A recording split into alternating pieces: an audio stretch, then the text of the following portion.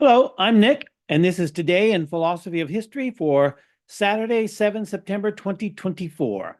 It is the 151st anniversary of the birth of Carl Becker, who was born in Waterloo, Iowa, on this date in 1873. Most of Becker's work was as an historian proper, but he also wrote on historiography and philosophy of history. Perhaps Becker's most famous book was his The Heavenly City of the 18th Century Philosophers, published originally in 1932. Becker wears his learning lightly, so while the book is intellectually dense, it is an easy read. And because it's an easy read, you need several readings to get everything out of the book that Becker put into it. The argument of this book reminds me of E.M.W. Tilliard's famous study, The Elizabethan World Picture, a study of the idea of order in an age of Shakespeare, Donne, and Milton, which was published in 1942. Perhaps Tilliard had read Becker's book of 10 years earlier, but he didn't mention it. He didn't mention Becker anywhere in his book. Whereas Tilliard argued that Elizabethan England was more orthodox than is usually supposed today, Becker argued that the Enlightenment philosophers were a good deal more orthodox than is usually supposed today. Of them, he said, quote, I think the philosophers were nearer the Middle Ages, less emancipated from the preconceptions of medieval Christian thought than they quite realized or we have commonly supposed, unquote.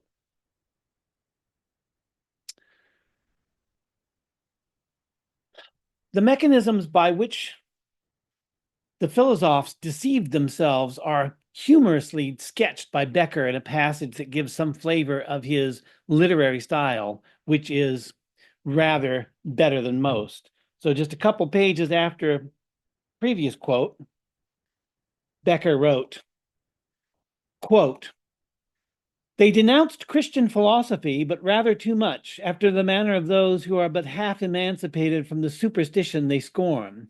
They had put off the fear of God, but maintained a respectful attitude toward the deity. They ridiculed the idea that the universe had been created in 6 days, but they still believed it to be a beautifully articulated machine designed by the Supreme Being according to a rational plan as an abiding place for mankind.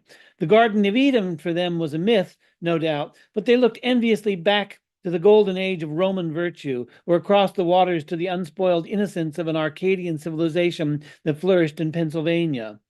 They renounced the authority of church and Bible, but exhibited a naive faith in the authority of nature and reason. They scorned metaphysics, but were proud to be called philosophers. They dismantled heaven, somewhat prematurely it seems, since they retained their faith in the immortality of the soul. They courageously discussed atheism, but not before the servants. They defended toleration valiantly, but they could with difficulty tolerate priests. They denied that miracles ever happened, but believed in the perfectibility of the human race, unquote. We could extrapolate this argument of, I suppose we could call it unexpected orthodoxy.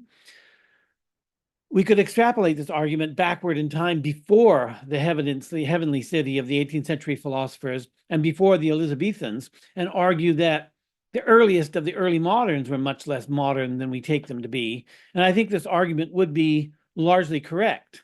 In one sense, this is a problem of periodization. And in another sense, it is a problem of mentalities, which I discussed in relation to the Annales School. Philip Dyleder, in his Great Courses lectures on the Middle Ages, argues in his final lectures of these that the Middle Ages lasted up until the 18th century. And insofar as Becker was right, and the 18th century perpetuated a largely orthodox way of conceptualizing the world, we could say that the Middle Ages lasted right up through the 18th century and into the 19th century and the Industrial Revolution.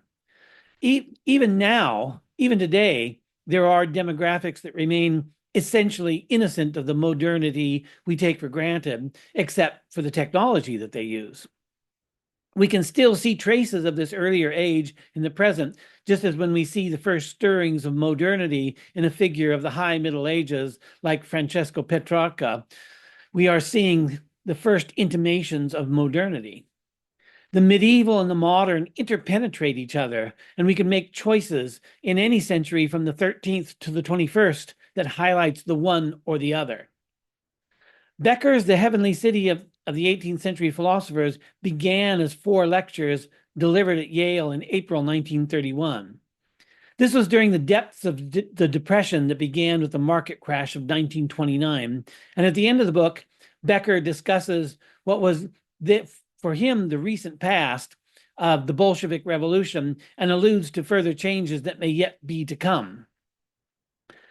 But he starts out with a sketch of the intellectual perspective of the High Middle Ages, invoking St. Thomas Aquinas and Dante as imaginary dinner guests. And in imagining what these two might say, finds that it is so dated that we would have trouble appreciating their insights. So if it turns out that the 18th century philosophers were more orthodox than we had thought, it wasn't a medieval orthodoxy, since we can scarcely understand or appreciate medieval thought, according to Becker. We may still be very much in debt to the Middle Ages and today. This was one of the points of contention in the Löwith-Blumenberg debate, of which I said that it seemed every time we tried to entertain what we believed to be a modern thought, it turned out upon closer inspection to be a medieval thought.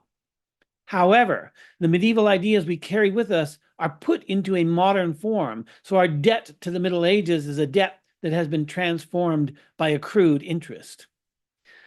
Becker discussed our contemporary scientific outlook, but he also discusses the modern interest in history, of which he says,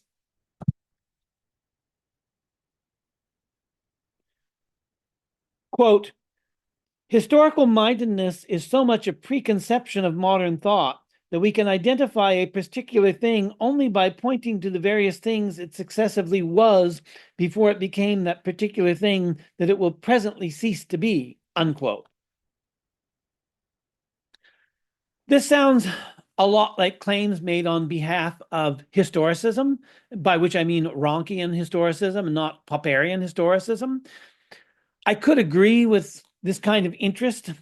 I could argue that this kind of interest in the history of things follows from the scientific worldview, in which the things of this world are as subject to mutability as believed by Heraclitus and as celebrated by any Elizabethan poet, although here I'm particularly thinking of Spencer's cantos on mutability. For Plato, this was reason enough to deny the ultimate reality of the changing world. The scientific worldview, as opposed to Platonism, accepts the mutability of the world on its face and tries to account for things as they are in their changing appearances. The laws of nature formulated by scientists with mathematical precision are laws of how nature changes, laws of becoming rather than laws of being, although conservation laws seek to recover the invariant within the changing. So even if our modern perspective is historical in the way that Becker described, it may still be fundamentally scientific rather than fundamentally historical. Or alternatively, we can say that science is, in its nature, essentially historical. At the end of Becker's 1926 lecture, "What Are Historical Facts?" he tells us how science has transformed the world, but history has not. The First World War, which was then in the very recent past for Becker, was what it was because of science. Quote, "It was scientific research that made the War of 1914, which historical research did nothing to present, a world war. Because of scientific research, it could be and was fought with more cruelty and ruthlessness and on a grander scale than any previous war. Because of scientific research, it became a systematic massed butchery such as no one had dreamed of or supposed possible. I do not say that scientific research is to blame for the war. I say that it made it the ghastly thing that it was, determined its extent and character," unquote. Even if science is, in its nature, essentially historical, it is science that shapes the world and not history, according to Becker. At least not history in the form of science. But this wasn't the main point of Becker's paper. Becker was worried about the problem of historical facts, which has worried historians ever since the idiom of facts came into vogue, and it still worries historians today. The nature of historical facts would again be a point of contention decades later in the Carr-Elton debate, but Becker took up the problem early in the 20th century. By taking up the problem of facts, Becker asks 3 questions. Quote, the 3 questions are: 1, what is the historical fact? 2, where is the historical fact? 3, when is the historical fact? Mind I say is not was. I take it for granted that if we are interested in, let us say, the fact of the Magna Carta, we are interested in it for our own sake and not for its own sake. And since we are living now and not in 1215, we must be interested in the Magna Carta, if at all, for what it is and not for what it was. Unquote. He discusses each of these questions in some detail, teasing out the implications of naive conceptions of facts. But we can already tell by the tendentious way that the questions are formulated that facts aren't going to come out very well from Becker's inquiry. Facts are, in fact, being set up to fail. The scientific worldview tends to reify facts, making them into some ultimate concrete point of reference. But, of course, a fact is a human thing, defined by human beings, and as a creation of the human mind, the very idea of a fact is an abstraction. Historians have made an art form of undercutting facts while claiming to base their narratives on facts. In the historical narrative, it is facts against facts, and the most subtle and experienced jugglers of facts are the ones who make their narratives sound the best. Becker doesn't tell us this explicitly, but he plays on all the weaknesses of facts and of the view of history that has supposedly made itself on facts. Because this game won't stand up under close scrutiny, the history so conceived fails. The historian, Becker says, quote, cannot deal directly with this event itself, since the event itself has disappeared. What he can deal with directly is a statement about the event. He deals, in short, not with the event, but with a statement which affirms the fact that the event occurred. When we really get down to the hard facts, what the historian is always dealing with is an affirmation of the fact that something is true. There is thus a distinction of capital importance to be made, the distinction between the ephemeral event, which disappears, and the affirmation about the event, which persists.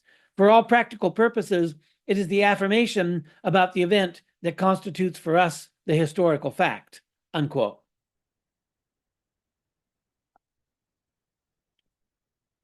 So that's an historical fact for Becker, not the thing itself, but the affirmation of the vanished thing. Many historians and many philosophers of history have come to this sad conclusion as well, but once they've reached this conclusion, they don't all draw the same lessons from it.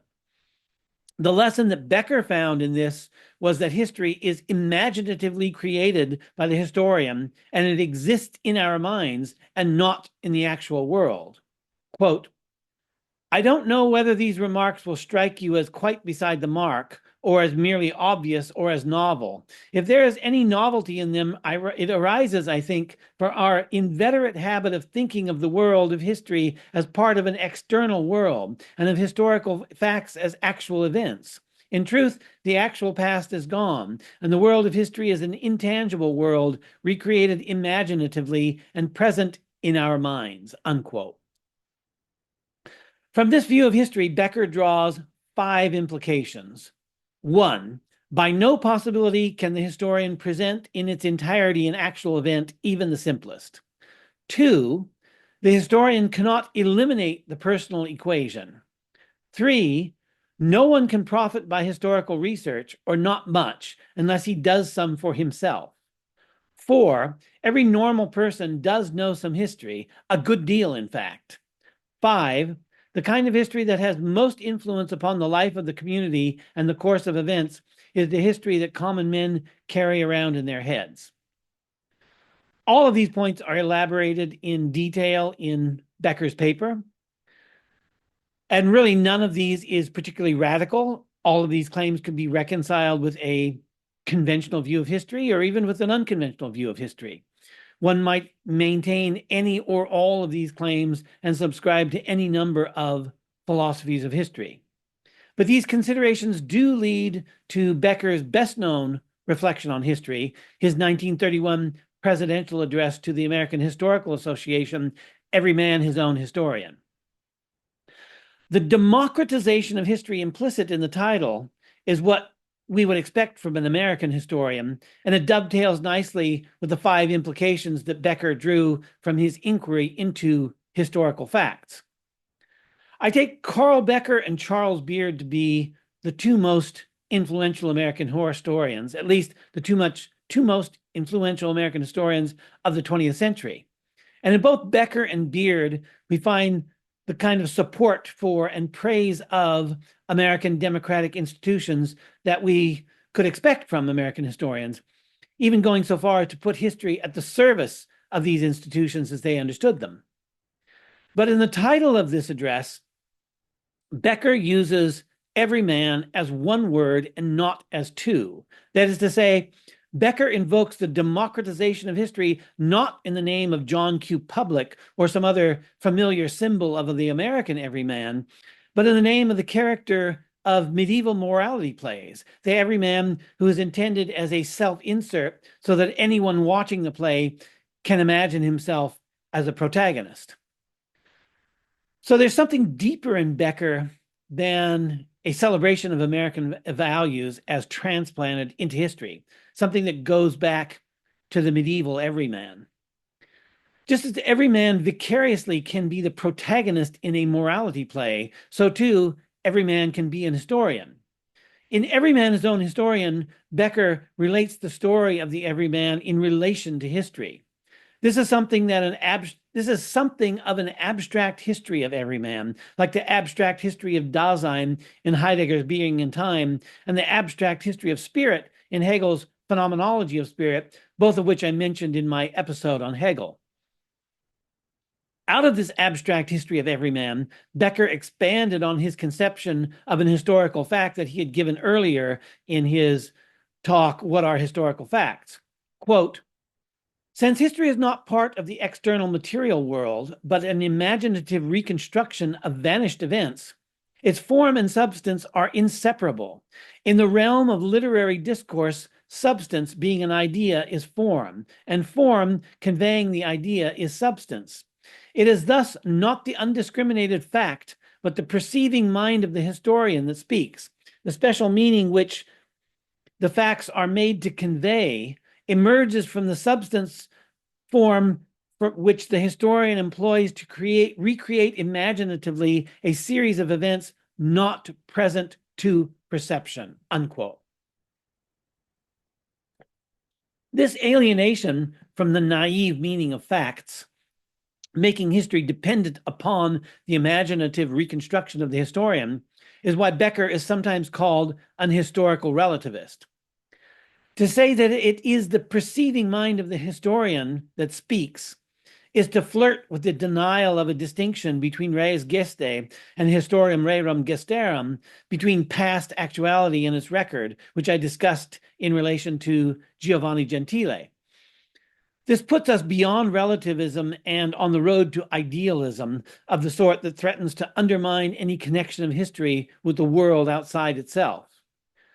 Becker brings himself back from the brink with something that I would call a kind of historical humanism.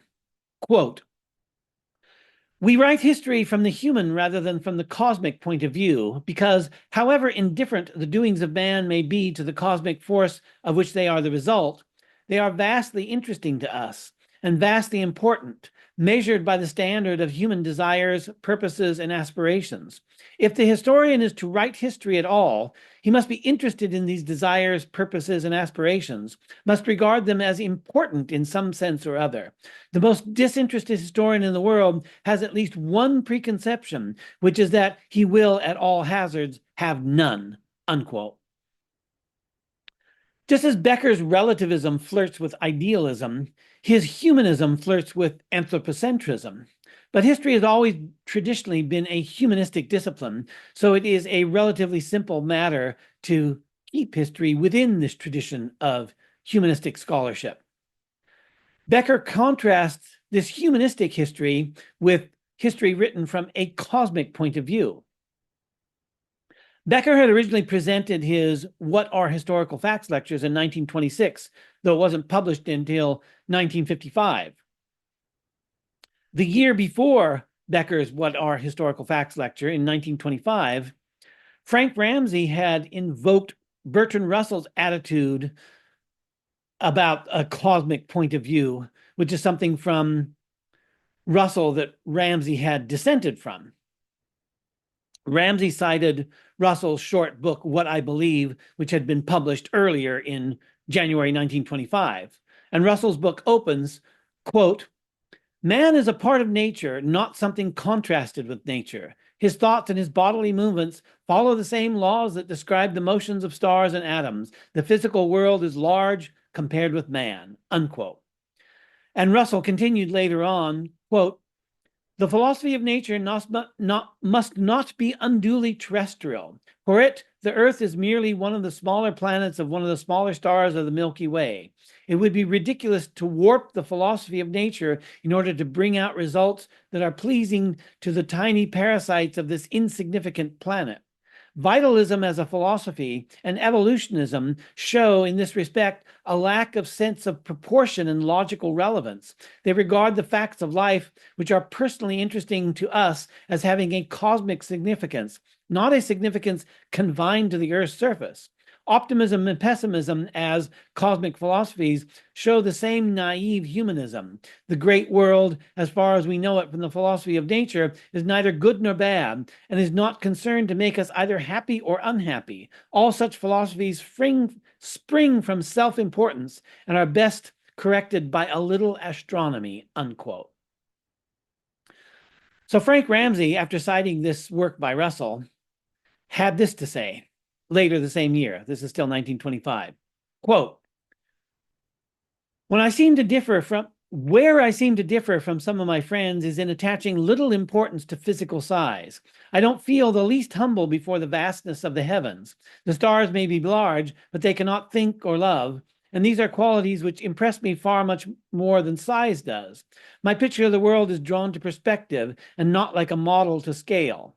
The foreground is occupied by human beings, and the stars are as small as 3 penny bits. I don't really believe in astronomy, except as a complicated description of part of the course of human and possibly animal sensation. I apply my perspective not merely to space, but also to time. In time, the world will cool and everything will die, but that is a long time off still, and its present value at compound discount is almost nothing. Nor is the present less valuable because the future will be blank. Humanity, which fills the foreground of my picture, I find interesting, and on the whole, admirable," unquote. Well, obviously, that's something that Bertrand Russell would have never written or said. Ramsey was one of the few who were sufficiently interested in Wittgenstein's Tractatus that when Wittgenstein retired from the philosophical world to become a village school teacher in Austria, Ramsey sought him out in his obscurity to discuss the Tractatus with him. Ramsey, in his criticism of Russell, said, quote, "If I were to quarrel with Russell's lecture, it would not be with what he believed, but with the indications it gave as to what he felt," unquote. And, quote, "I conclude that there really is nothing to discuss," unquote. Wittgenstein in his Tractatus has said, quote, "We feel that even when all possible scientific questions have been answered, the problems of life remain completely untouched," unquote. And of course, the famous section 7, quote, whereof one cannot speak, thereof one must remain silent, unquote. It's easy to see the similarity in perspective between Wittgenstein and Ramsey, and it's easy to understand on this basis why Ramsey had sought out Wittgenstein as he did. Wittgenstein had started as a student of Russell and then worked as a collaborator and then eventually took his own path that sharply diverged from Russell's. What was once a close understanding between the two men, Russell and Wittgenstein, became a profound misunderstanding. And Ramsey, too, had been a collaborator on the logicist project of deriving mathematics from logic, and he, too, had taken a different path than that of Russell's. So it's expected that Ramsey and Russell came to a point where they did not understand each other on a very fundamental basis, on the basis of their worldviews, which had diverged quite significantly. I don't think that Russell was making exactly the point that Ramsey attributed to him, but we can leave that aside. It's not really relevant to the argument, because the attitude that Ramsey was ascribing to Russell is and was widespread, and as is Ramsey's view is and was widespread. Rarely are they laid out as explicitly and as forcefully in this exchange between Russell and Ramsey. The examples of Bertrand Russell and Frank Ramsey then give us a human face to put on the clash of worldviews that the two represented. These two views, the humanistic and the cosmic, continue to be in conflict in our own day. The cosmic point of view that Ramsey ascribed to Russell could also be called a scientific point of view. Becker came down on the humanistic side in this clash of worldviews. So we're not surprised to see what he wrote about scientific history in his Everyman His Own Historian. Quote, the scientific historian deliberately renounced philosophy only to submit to it without being aware. His philosophy was just this, that by not taking thought, a cubit could be added to his stature. With no other preconception than the will to know, the historian would reflect in his surface and film the order of events throughout past times in all places, so that, in the fullness of time, when innumerable patient expert scholars, by exhausting the sources, should have reflected without refracting the truth of all the facts, the definitive and impregnable meaning of human experience would emerge of its own accord to enlighten and emancipate mankind, unquote. This probably is as wide of the mark of the actual scientific historian as I think Ramsey was wide of the mark in caricaturing Russell's worldview. But again, it's an exhibit that we can use to understand the clash between worldviews. And while Ramsey had responded to Russell in 1925, the same year Russell had written What I Believe, Russell in turn responded to Ramsey again, though many years later in his book, My Philosophical Development, when Ramsey was by that time long dead. He had died young as a result of a mountain climbing accident. Russell said of Ramsey's perspective, quote, I find little satisfaction in contemplating the human race and its follies. I'm happier thinking about the nebula and Andromeda than thinking about Genghis Khan. I cannot, like Kant, put the moral law on the same plane as the starry heavens. The attempt to humanize the cosmos, which underlies the philosophy that calls itself idealism, is displeasing to me quite independently of the question of whether it is true or false, unquote. The initial exchange between Russell and Ramsey took place as Becker was also, like Ramsey, suggesting a rejection of the scientific or cosmic point of view in history. Becker, it seems, stood with Ramsey, and this works for the kind of history that Becker was writing. It saves Becker from the kind of idealism that Russell rejected on the basis of what Ramsey called feeling, and therefore is beyond rational dispute. And as I said earlier, Becker's criticism of fact has led many philosophers to idealism or to the kind of linguistic transcendentalism I discussed in my episode on Frank Ankersmit. However, we saw in my episode on J.M.E. McTaggart that an idealist history that takes a cosmological point of view can also be something that is profoundly personal. McTaggart's philosophy is sometimes referred to as personal idealism.